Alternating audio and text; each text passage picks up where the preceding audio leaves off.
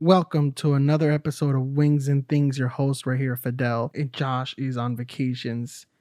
He went back home after he graduated, earning his master's from our university. Congratulations to that guy. Now, it's been a crazy one, man, but we're back recording, doing what we love, and I have a couple crazy stories. We'll get to that later. But it's funny, I was actually reading one of my favorite books. This is a podcast for psychology meets comedy, so we'll get into a little bit of psych today.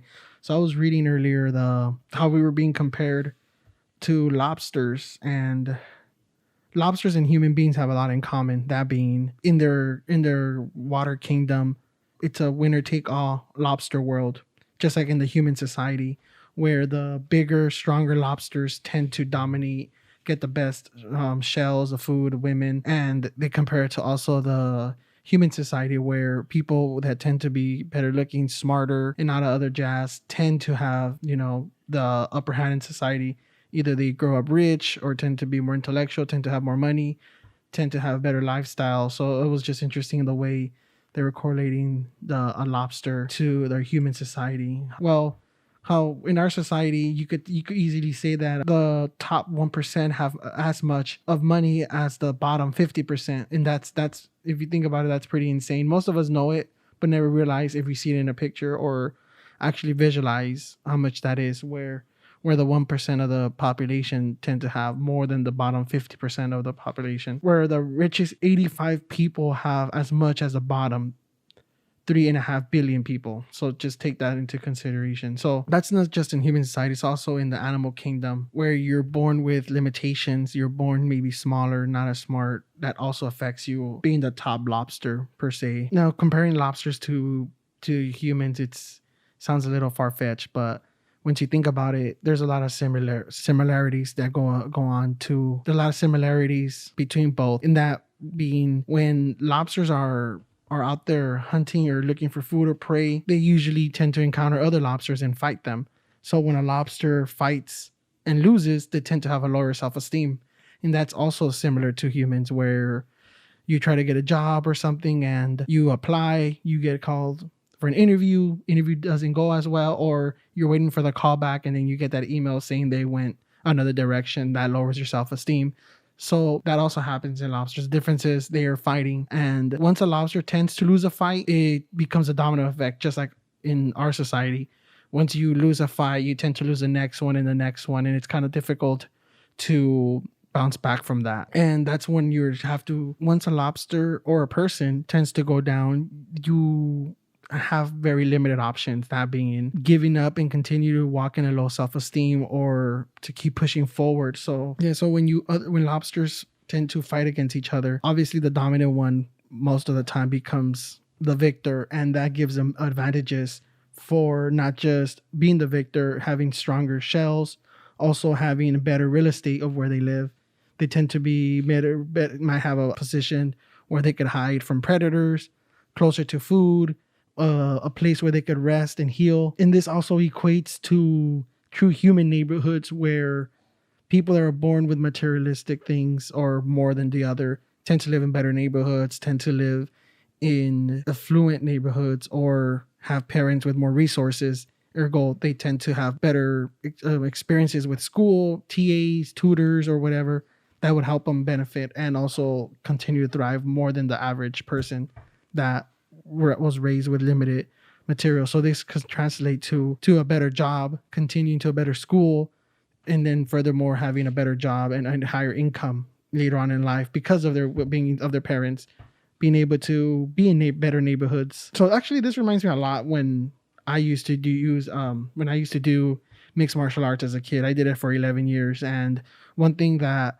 was difficult was actually going to tournaments and having fights. And one thing that sucks is when you do lose, you actually do feel like crap. You feel with a low self-esteem, your head's down, your body's aching. The next day, you're going to wake up sore, whether your neck hurting or your knees hurting, swollen, your knuckles are bruised, and then you have to ice them up, and that hurts. And usually when you go through that as a victor, it's like a passage. You're excited for all that. That's like your badge of honor, that you're sore, you're hurt, you're bruised, and you're proud of your bruises. But when you lose, it's a whole different ballgame. You don't even want to get out of bed. It even gets hurt. It hurts to get out of bed.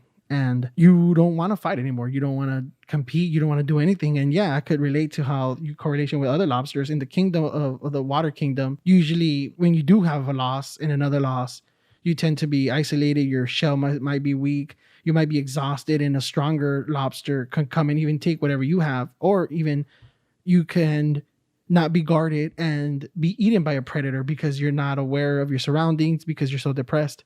And surprisingly, lobsters get depressed too. And also, you could give lobsters antidepressant medication and it works. Just make sure, hopefully, if you do eat that lobster, the medication doesn't transfer to you. So there is unequal distribution. So when a defeated lobster regains its courage and dares to fight again, it is more likely to lose again than you would predict. Statistically, from a tally of its previous fights, victorious opponents, on the other hand, is more likely to win. It's a winner-take-all in the lobster world. And coincidentally, it's also a winner-take-all in our society. You know, people that tend to win tend to continue winning. They get addicted to the winning. They enjoy it. They tend to earn more money, have higher self-esteem, better cars, better clothes, can live in bigger houses, go on vacation. When some people, it's that domino effect I mentioned earlier, where you lose and the ball just doesn't seem to bounce your way, and then you're just in the negative mentality of nothing ever happens for me that's positive, or you never win.